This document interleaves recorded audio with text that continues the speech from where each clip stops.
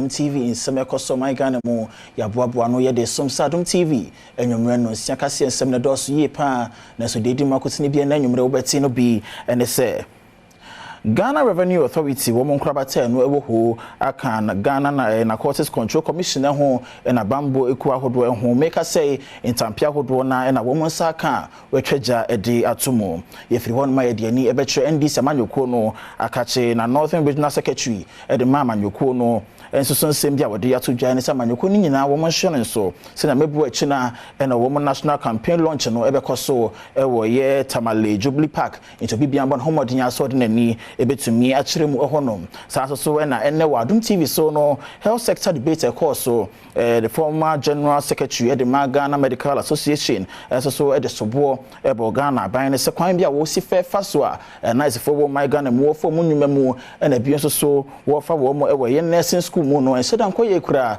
ense wosasa ne mane nyina na ban ne tumi hwe na wo yi ne nsa edi frimo ensem we apomoden obi man so ko kansi edwade ne nyina ka ho bi na makase ne wie peye na edimu Facebook/Adom TV extra kase no honom so na DSTV Go TV so nsemi ni nyina no etwagu ewo honom www.adomonline.com so ko no man sempa nyina no ya twere ni nyina no gu honom abenya bi akenkan podcasting so honom obenya bi atie midin edi okatachi eje skapa yentwa ye ho ye ba se den senisi fatie no me hyase ma mention sem no ase emfa emamo na Ghana Revenue Authority wo monkrabata no ewo ho ene ka Ghana Narcotics Control Commission ena bambo djuma ekwa hodo wo my Ghana ehum ya wo ebo homodi anopa no ntampe be ye 274 bags wo monsaka make say die we twaja ato ni nyina mu Essential function mo ekoso efa eye wi a custom for ewo ho ensaka womo access no dwumedie ne ase no assistant commissioner Emma Customs Division ewo ho collection Madam Felicia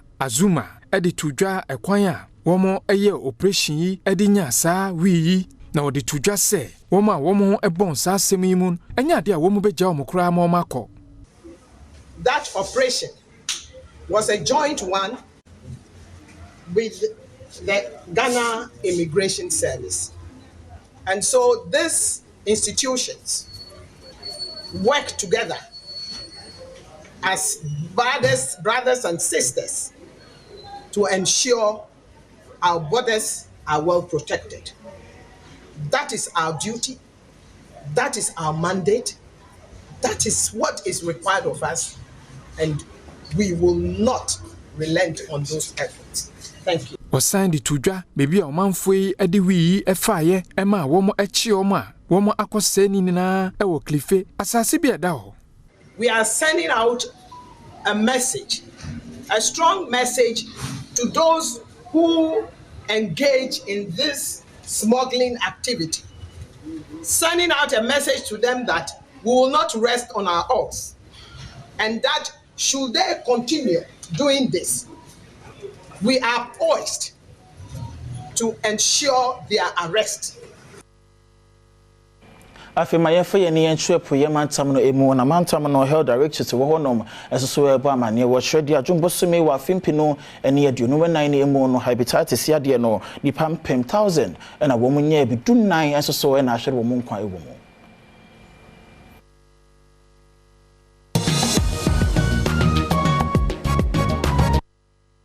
Essential function mo ekoso ewo kofrodua no eho ana public health physician Dr. Hectoria ede tudwa hepatitis yare se netimi efiri maamefo mu ede ko womo emamu se womo anyinsen na se womo ekowo womo manoma onam sansemi nso ede efutuo ema se womo anya hweye pa efa sa yare hu ne ye kan se wonya viral hepatitis no wa mafrem a no risk of developing chronic disease no was through into your wo maame wo yare no na ode wo wa by the time obenya 20 years obenya 25 years na yare no de ne ho edi na afi edi wonya na omo yare na ebi krampo a omo free montem tin ye kan say mother to child transmission ye pese ye break is transmission ye pese ye twa no then ye betimi aya ye betimi atwa no ye pese opem phobia. In fact, women of reproductive age was saying na ye hu ye status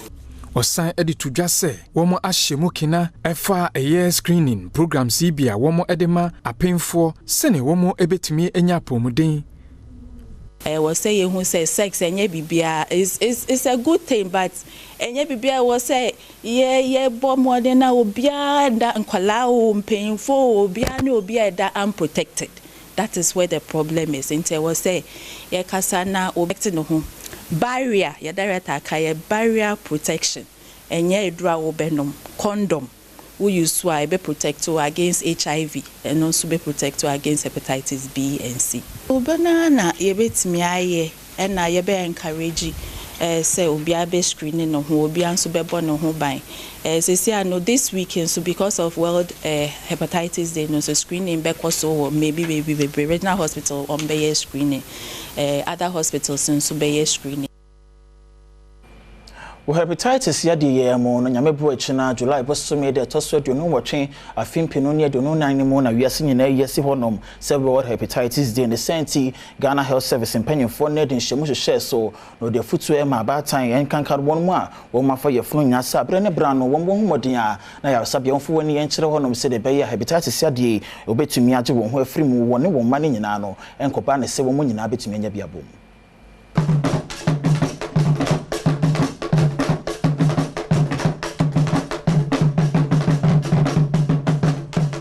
Medina say and a Dr. Kwame Amponsachi anu ya we ye program manager expanded program on immunization. Actually mu say one my nhwehwe mu a we hunu say ma wa fa afura we na hepatitis B yare no e wo soro pa. Na said ye be ya wo man na won fa yare no emma wonu mu nti asuye hwe apomuden ho nsem so Ghana Health Service ene wonom aboafo edin sa wo so said ye be ya enche kura wonom edi birth dose ebeba se be ya wo won koda na wo de be ma wonom.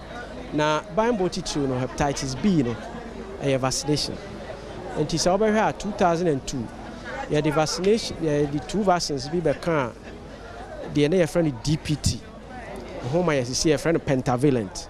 So pentavalent hepatitis can hepatitis B vaccine can. Na no oma mi ensa no 6, 10, 14 weeks a. Na che say nipa no ya born ho ban. Uyi apemfo ebi a oha. Emu beyen kono hepatitis B, which is very high. And I'm saying him say hepatitis B no, a bit me free ma no ho akwa abofra no ho nti. As I say ma vaccine be a friend hepatitis B birth dose. And no na apomdia asye for minister ne Ghana Health Service. Omo come ti apam ho a che say omo ya ne WHO ne other partners. Say be ya ye de beba. Most likely be next year or in the nearest possible future. But too much for nyina for say one moment dia so be hwe mo jemu na se wo hunu se wo yare ni bia otumi abo wo ho ban. And I'm say yare a wo ho a unhye da hu gi se bia e de wo kowuo mu ansa ne wo ho nti. Say ye obi a test. Na se bi o test na obi a enye death warrant. And no nkyere se bu be wu ano no eno na ya na ebonkofu hu. Say hepatitis C there, it to me to us here, a draw benum for so many answer, there to us. Now hepatitis B there, what test say na say, who will be a lenko, a doma, a being for no marshal, said the mechano, it to me more draw to say, will be a sebi or hypertension, Yamane drew, no more drew quadia. You said the Abaya Pomodin send bit to me a fan into my pay Frederick and Naso, Nakoya, Kono, Ewo, Timantam Nemonitano, Ghana Mampany, Abedi, Choho Kenny, Samira Baumia, Ned, and Nature Mantam Nemo, your dear Pomodin Kadiaho, Duokodom, Damango, a health center here, no one quantum north miss anymore. Second Lady Samira Baumia ento abo de kopiemu ewo damanko ede ayaresabia emfidie a womo etimide boa ema apomuden ehonsem ko nenim nu ekoma damanko health center wode to manfo ewo ho enim se womo enhwese womo ebeto aba no ede ama MPP flag bearer Dr. Mahamadu Baumia na wotimi edinkunim ewo abato ebekoso December ebosumi mu Freeway, Mama, member of Parliament. Now, on also Mopane Court, Jubilee House, Nonya Ejumade, and Fama. Here will be able to make a sure now, more bronze. As a Onion, when he had here, wow, Adom. Wabi, we Siamuma, Waye Jumade, Ewa Fanabebre. Or the side experience, no NIDO, say what the best song gun. The Siampa, Oye mates in Pony. You want to share Papa the Abba. Now, say more fast here, non driving.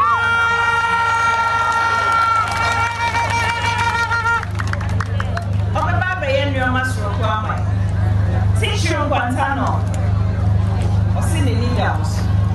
Now, Obia Waka said, the NIDO so almost says, oh, yeah, the other man, or also good you are Onipa ono ene gine mu agye akyedie Nkwantano District Health Director enso edamami asepa wanamuntu a wotu edeboa ama apomuden ehun nsem atumpon ewo sampatemu ho.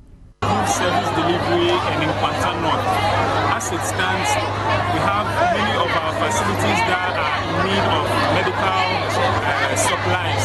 So we are really grateful to Excellency Samira Bawumia. Amenyina sanse mi so na yankwaje aboafo nkrato ye ba nsem dodo na we kire medebeto aso.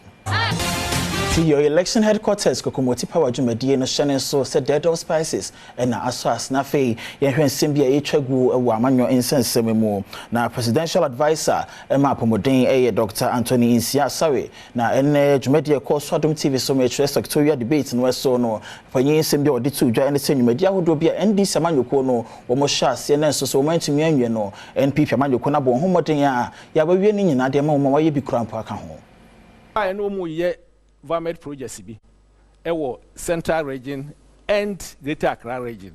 It was 15 beds and 30 beds. And only by and you see a bay improve near and 40 beds for where the population is not big. And Obika say ye hospital be an M1. All these Varmed projects Kolebudi say way from April 2024 is completed. Our President Kwako Commission in the next few weeks. A person who didn't go any hospital go for the community because we want to commission things when people are working there. Next slide, please. Yebaye, not you know you no. For example, there were Eastern region, any Greater Accra region, 10 in Eastern region, 5 in Greater Accra region. We came and then completed them, and then started this one. These are the pictures of urology and nephrology center. These are the pictures. Next slide, please. Then these are the pictures of the 40-bed hospitals. We are constructing about 29 of them across the country. Abro penyen on musi ye peno former general secretary of the Ghana Medical Association Professor Titus on also the sembia to jachire mu se we DNP amanyoko na ban na ho ya pa ye wo kwan bia National Health Insurance Scheme jumedi ni nyina no isifeko. Wanted to roll out a national health insurance scheme. One of the most vociferous critics, Honorable Dr. Kwame Adokufo. He's a past president of our association, a fellow, a very respected gentleman. But that was the view he held at the time, and I have records of it in parliamentary records. He said that rolling out as a national scheme is not possible. Here Ghana for the scheme will not be sustainable. So they should go in for district company-based private mutual schemes. This was what the MPP proposed when the NDC wanted a national scheme. True to their word, but we still set up a secretariat and piloted it. But almost by then they passed the NHIS Act. That's the Act 650. And this is one of them. Government must accept useful minority opinion. This was one of his criticisms. He criticizes that the scheme is not sustainable. Then next slide. Almost by they passed the Act 650. The act they actually used to set up the NHIS. We should have district mutual health scheme, private mutual health insurance scheme, and commercial ones. Nothing like a national scheme. But the act was called a National Health Insurance Act. And no, and I'm MOD did this or did NHIS. But the next one is that we repealed this act and made it a national scheme. Until no cry that one. Wa mananso hono ma wo 27 so de sobo ebo Ghana ban wo kwan bia wo fa so anese fo wo mai Ghana mu wo fa wo mu nwuma mu na ye wo mu esuku ne mu. So since 2017 till now various nursing training schools and amakanoma kape and they've reduced their capacity, and I've given some example. Ugo Laura currently operate about 30% of the capacity of the facility. And the total average admission of nurses a year general school a swab form. And to make things worse, you are reserving letter principals the reserving 30% quota for the Ministry of Health. And to say I will be apply for nursing school. No, they call minister or they call MP or Boami because your name says 30%. No, a honey defa and I defa here. Your name, yeah. And in patch your letter no and a dasui. This was a letter written to a principal. I am pese bema nidin aba, but ni school no. Omoka chair ni say registered general nursing admission quota obetimi for 50, 70% for institutional on for 35. Now 30% no for the ministry, 15 of that 50 no ministry na didn't call for the baba. Oko nurse assistant 100 obetimi afa 70%, that's 70 people. Another 30% no on jama sakota no Emma ministry. So recruitment no oba nursing recruitment metimi aka say ebaha I can predict ebi kwa na metimi also prophet ewa ha. Say between now and election yabenya this type of love letter biom because 2020 year ebesan biom ye ka say nei nurses omo graduating from 2020 graduating batch 2021 2022 obi ayen fa omejumai all the cadres but enche because election is getting close ye letter beba say ya ma financial clearance for obia so I jina manyo insensem emu na endi samanyo kono chore for your wet if mantam nemo Mohammed Abdul Salam opanyi yamane bo wode atudwa ene senya mebu na July bo so me de to so aduonu wotwe afempenu ne aduonu nan nemo no ena amanyo kono ebepa wo national campaign hontoma ewo ye Tamale Jubilee Park enu nti amanyo kono chitaifo nyina wo mo enhane so this amanyo kono eboabua wo ho akita ho sabo so me de to so aduonu enso ena obepa on national campaign hontoma wotamale nyoko na chitafo be hunu se we ye kwan ya wo fa so ede nkonimu abato yimo kochirimu a we eni de edi kan kura manyoko kase sa eba be ye bibi wati fedo mantemu na bekanya wo manfo ama wo nso ato aba ama wo ndi se manyoko no twetwefo wati fedo mantemu Mohammed Abdul Salam echemu a we eya hyenso de se amanyoko no ebetimi edi nkonimu abato yi emo. Now first of all, it tells us the importance that the whole party NDC attached to winning majority seats in the northern region. It tells us what we need to do from that day off. If we were doing any kind of work that we ourselves appreciate that we are doing a lot, it tells us that we have to even double that as an effort in order to be able to bring out the needed result. Aside that, it brings economic benefit to the people of Tamale and its environs. As people gather, all manner of persons will trip to the north. A lot of people will live with smokes. And Enwechi Deputy National Communications Officer Gordon Akugan, Ichirimu se amanyokone ya wadwen safi ya tifedo mantemu eno bepa won campaign hontoma isanse eho ene nipa dodo na Adom NDC amanyokono ewo. We must quickly follow up with our campaign. So we decided to choose a region where, His Excellency will start his campaign. And the best place is to look at one of your strongholds. Today, we can boldly say that out of the 16 regions, we can boldly say that we have 14 of them as one, is one of our strongholds. 14 of them can be said to be our stronghold, looking at the results that come. We are yet to break even with Eastern region, and we are yet to make a huge inroad in Ashanti region. We acknowledge those two places as the strongholds of the MPP. So obviously, it didn't come in as one of the places that we have must lost our campaign. Your election headquarters Kokomoti Power Jumadiation and so said dead spices and a soya snaffy yemboshi na yemfa ni entrust sante mantamono emu na ampami junior high school yesukuba akwa eno ewe just municipality adeba akwa ha adwun ye pan wo honom ICT mpanyefo chire de bana so mo chwa de suafo no ICT computers na laptops ya de bia wo mo enibi. Pamame Junior High School school bia ewo ejiso abato mpeswa so ewo Asante Mantem. ICT adisua ewo school honum akoye asifimie pa esanse wonum any computers. Eno na assistant headmistress Emma school Uraire Letitia Odame ene Adom kase ebo nkomo efa ho. Ampa me NHIS ye wo kwa ho pe aka ne awa hanom nanso ICT lab ene computers ye ni bi esi ema ye mofra no computing ema omo bre omade chere no omade suande bia omo marks no e wo form e wo computing side no esi stress aban omo can be a womb ankra omeboa no mo so yasne na omo maye computers any ICT lab na intime fam one of Fred eno achi auditu dwase ajana bia e wo school ho no se bi akwaya asefem enti wo sere mpanyifo se wo meye wo moa ami MHS yeni ejanan bia I am ofra no ekoso it's the bia no mo ne kroma no ene pere ho obitimi so ne yam duru ho no meduru an mane apam no primary ne wo baako IF7 primary and JHS nyina and also ko no obi hyeso ana wo so yam ejina ho no odinsansem wanyina etudwa ebra na school no eye graduation ama emofra no adesuafo no so kire oha wo mo namu efa ICT adesua ho yeni ICT lab the new curriculum aba I friend computing na sa computing nsi be here computers any laboratory betimi ekosia de ho esansi eni sa nyoma nti amaya disua ekofo te be same for aban ni dwumeko ahodo ni akrenkre se ombebo ani ntiminya ICT lab kakaku abrantia amanebo Asante Mantem amenyina san simi so na yesenchwa ye ho ye ba pomodensem ebeto aso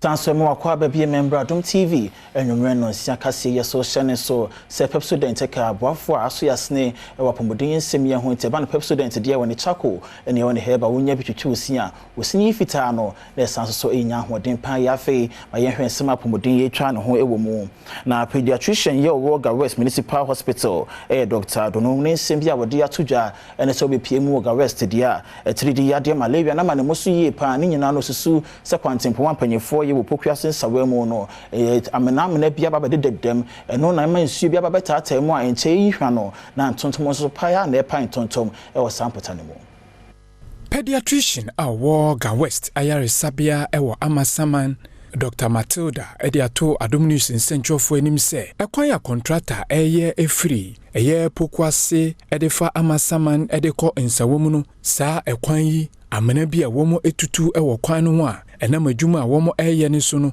ensu aya na ekota saa amena mu yi eyade a epa ntuntum enuntine cases a womo enya efa malaria ho no ekosoro pa enunti wonam san seminso edito omanfo anim se womo enya hweye pa na womo ena ntuntum na atimu bi maamefo no so enhwe se womo ede womo manum ebeta akwa yaresabia se ne womo apomuden ebeko nanim sisi ntokro na omatutu na nsu atata mu no ni nyina ntontomba because it's an environmental hazard no enka yen pene se enka kwan no nko mawia na nka bibia etu atwa and at the end of the day no de bia ye ka se omo weyi no omo nko nti enya se bia ukodru 1.5 no wawi we still continue to encourage them so every 6 months omo nko vitamin A no Mayen twa yensem le so na fi yenhwe de ekoso edwade emo na me bosome wa fi mo no e na neso Ghana wo mo bon homoden e de NIDO batampa mo promo e hye so my Ghana mo won mo mutumi di mu nkuni mo nyina no e na wato won safre wo mo de abasobe mu odru ama wo mo de odi nkuni mo pa no no e na nabusua wo de wo mo ekọ eye Safari Valley Resort no makwa Germany ajoju won widie mu obia no de 5000 asanso aka wo mo ho nipa dunum bi nso so a wo bo wo mabaso nso so no wo de fridge ene ne ma hodo bi ene ma wo mo NIDO obatampa mo promo no me bosome wa fi mu ena wode hyehye so na owie ni nyina no nipa miensa ne omabusuafo ena mabo mabaso ya wode wo nyina ekọ Safari Valley Resort na so owia wama obia 5000 ede atune botom enye no nko a nipa no mobi nso a oyi wo mabo mabaso no o maba ko free sanso ne nombe de o ma wo mo kente na nipa no mo nso de Oma wo 5,000 Ghana cedis. Adom Kasie and the Corporate Communication and Public Affairs Manager Emma Nessel Ghana Deborah Kwabla Etwetwem komono o kire mu se saprumu ya wo ye ene de dikan kura na ne bota ye nyina ne se wonuma infe bebre ni womane woma ye adwuma no o de beda wo mu ase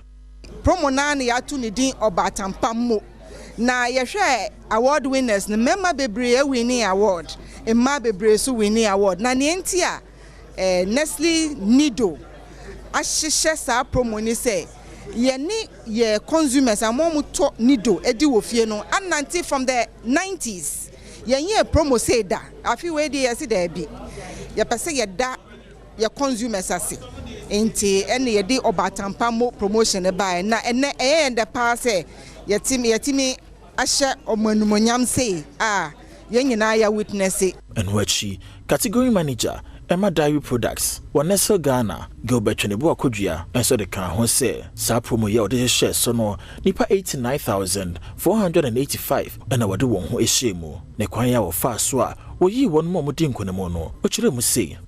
Yene NLE so nim se basa niema we ya omo hweso ti eni omo partner ye ena through electronic me ye computer abefo ye define ye de select nipa 89,000 no ye choose omo random into sha ebi mu wo ho a omo to ba kope and so mu win ye ebi mu so enter a whole box ebi mu enter over 119 inti a pure game of chance said the be ya obia or participate bia betimi anya akonya e win bi ne krakra no nipa me say ya ode wo mo Safari Valley Resort no enso de kan ho say meka chom so mayade omo mani age angasa ene de meka mani nje de aramboa mani age pa o meka chom say ya dase ade am kunika ye no anu no say na ye pese ye ko Safari Valley but e bi say the price no na ye kakra ahant ye dey to each say ye be another time, so this one is just wonderful. I'm very appreciative because many understand make a fully expensed trip because trip the mako excursion by a trip like this they mean go be that. So I will say a big thank you to them. I'm a sanso and son crambra ya ba good sem ebeto aso.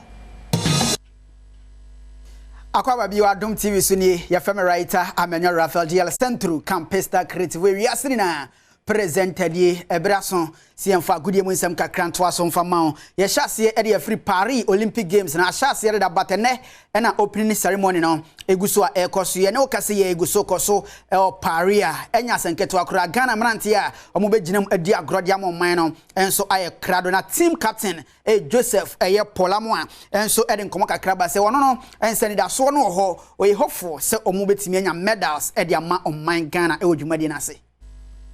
Taking it race by race, I think is going to be like, that would be the best thing to do because you don't want to go in there already thinking about the finals. You got to take care of what's in front of you before you go to the next day to try to get on the podium. And you can't get on the podium if you don't make the finals. You want to get on the podium. So being number 7 is something that we always, talk about, but we are not satisfied. We want to make sure we go in there and then try to come out with the ultimate. The ultimate is gold, but if we get silver or bronze, we're still gonna be happy with it. My Ghana sports minister, Yusuf Mustafa, Eden Komoka Kraba say multi-sports purpose no, and say centers na do na no omo because sika sam ho akwa atwe kakra na sika ba omo beto aso enye omo o sika na eni huntia. We had challenges with some of them, and I must admit, with regards to payment to the contractors. But because the contractors have not handed over the project to us, you can't go and use it because we have not commissioned them. The challenges has to do with payment of their certificates, but we are working very hard to make sure that they get their payment and they can go back and complete them for us to put them to good use. Then the 4 that we had issues with the contractors, that's Azuma Nelson, Youth Research Centers in Greater Accra here, Yendi in the northern region, Navrungu in the Upper East region, and Nyinanyini in the Ashanti region. Recently we asked the contractor of the phase 2 to start. In fact, he has started and he has to also abandon site because of payment. Yenyina we so fancy wa godie mu ye femi writer Menyo Rafael DL Centro Campesta Critiwe wi asini na present ni daka wachiri etwaso. Asomo akwa ba bi mu Adom TV enwumre no siakase yeso afema yentwa yensem no so na mama ye kroba akwa eno ewo Kentampo South ne nti Adom kase yensaka ene se contractor wo ye won kwantempo so siesie excavator odidi djuma no nipa bi akwakototo ho emfidie no nti kromafo ho no ehwe ne mu sentempa ne panyifo betime ayi mu hwehwemu. Womanfo a womtiti saa empatemi ede atodwa se akwan awodo a ewo ho no contractor wo siesie saa akwan wo ye ne mfidie nyina ede afiri ho a wo mu nim bebi asese wafa onipa bi a ono ene gina mu ekasa ye ede ma omo nana baafo pem ekire nsem nim sei sabe contractor also na no kasemini oba adwuma no anche nya hawo contractor nya hawo to de bedan na nanom ma yina in fact di ho abugo anche ne na fidie mu no pa excavator adie bi a ewuma ema afidie ne adwuma control board ne be ni say aha na obi ti sai na no fa afidie na no tie rubber brand new bawo de o no baka kire say obi aba betu saa de no ade ko but na nanu ye di ho ya papa yes yentenas ti badia yes fa ma ye busa ni dia na nanu etu ho na mo Ghana Jontini kese Stone Boy in film yen sanchere kwaje ye awo gempa na wode ni nyina na ba wie ye na mpanyin for the graduation ehye so ede ma wo mu nsem bi ode tu dwa no wo kirekire mu de nti an fe bebre ni wo ye na adwen so besan so school.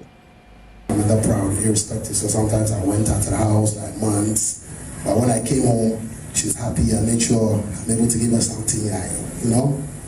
So although we are on the streets, we respect the fact that we need to make it in life, you know, and also continue to learn. Somebody will say, why at this time, you know, Stone Boy, you've achieved some very enviable, you know, remarkable feats in your career. Why would you want to go back to school? But I can only say that it's important to acknowledge, and I know that I'm very interested in governance and what goes on at the top level, you know. So I had to try and get that education. I'm always interested in watching all this, you know, political stuff and otherwise. Not to say that I want to become a politician, but I know that that is what runs nations. So I'm always interested in my history, etc. But the secret is that one day when COVID hit and things were, you know, everybody saw the wavelength that the world was on. People didn't know whether to go or to come. But musically, I was just still pushing. I remember I dropped the first album during that COVID in Africa, and then subsequently people started dropping EPs, blah, blah, blah. When people would say that, oh, because of COVID, we can't release, we don't know what to do. Everybody was just using COVID as an excuse, yes, of course. Then I came back home one time from somewhere, and then my wife said, surprise. I said, well, she said, oh, then you say you go school. I finish. This be your ID, this is wow. Mama nyina san semye so na kasia mede somye no mefa ne nyina no wensi kasia no mabofo modwumaifo so onyame nhira mo pia de asen ya wokwakwode pomoden ya sepep student obepe bi akira kwan de chichu se ba ne herbal na chako na ne nyina ye adwuma pepepe se de sese eye medin ye de okatachi eje skapa me mo bibia ajo.